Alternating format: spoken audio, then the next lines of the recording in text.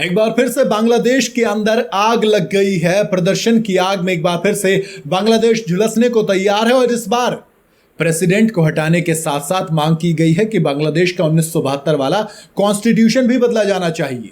भाई ये सब कैसे हुआ? दरअसल प्रेसिडेंट मोहम्मद शहाबुद्दीन के एक बयान की वजह से अब उनको पद से हटाने की मांग की जा रही है। मीडिया रिपोर्ट्स के मुताबिक 22 अक्टूबर को सैकड़ों प्रदर्शनकारियों ने राष्ट्रपति भवन यानी कि प्रेसिडेंट हाउस में घुसने की कोशिश की थी। हालांकि पुलिस ने उन्हें अंदर घुसने से रोक दिया, लेकिन इस दौरान पुलिस और जो प्रदर्शनकारी थे उनके बीच काफी ज्यादा हाथापाई भी हुई।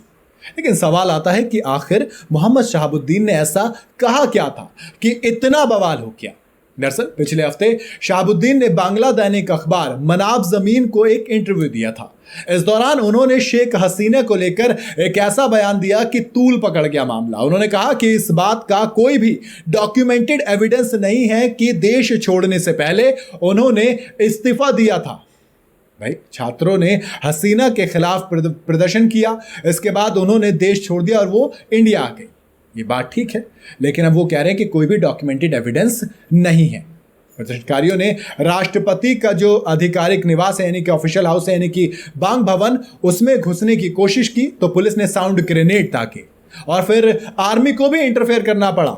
फिर जब आर्मी ने लाउड स्पीकर से बांग भवन में गेट से हटने के लिए लोगों से रिक्वेस्ट की तब वो थोड़े सी हालात काबू में हुए। हालांकि बांग्लादेशी दैनिक अखबार यानी कि द बिजनेस स्टैंडर्ड ने अस्पताल के सोर्सेज के हवाले से बताया कि इस मारपीट में हाथापाई में बैरिकेडिंग तोड़ने से 2 लोगों की गोलाबारी में घायल होने की खबर है। इसमें कहा गया कि हिंसक भीड़ को तितर बितर करने के लिए जिन साउंड ग्रेनेड का इस्तेमाल किया गया था उससे भी एक व्यक्ति घायल हुआ है, यानी कि टोटल 3 लोगों के घायल होने की खबर फिलहाल है। केंद्रीय शहीद मीनार के सामने रैली निकाली गई थी जिसके बाद इसमें ये तमाम चीजें हुई हैं। अब अगर बात करूं इन प्रोटेस्टर्स की तो इन्होंने शहाबुद्दीन यानी कि जो प्रेसिडेंट है बांग्लादेश के, उनको हटने के लिए 7 दिन का वक्त दिया है और इसके साथ ही उन्होंने 1972 वाले शेख मुजीबुर रहमान के बनाए गए जो कॉन्स्टिट्यूशन है उसको हटाने की मांग रखी है।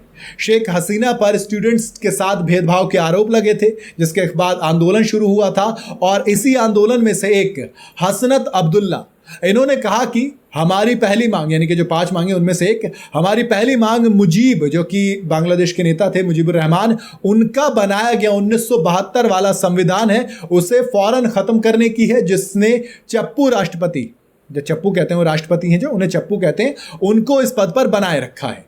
भाई सिर्फ यहीं पर रुके। उन्होंने कहा कि 2024 में 1972 के संविधान को बदलकर नया संविधान लिखना होगा। अगर सरकार इस हफ्ते तक मांगों को पूरा करने में सक्सेसफुल नहीं होती है तो प्रदर्शनकारी पूरी ताकत के साथ सड़कों पर लौट आएंगे। एक तरीके से वो ये कह रहे हैं कि पूरे का पूरा देश शुरू से शुरू करो। अब सवाल आता है कि भैया जो अभी की सरकार है वो क्या कर रही है, मतलब उसने क्या कहा?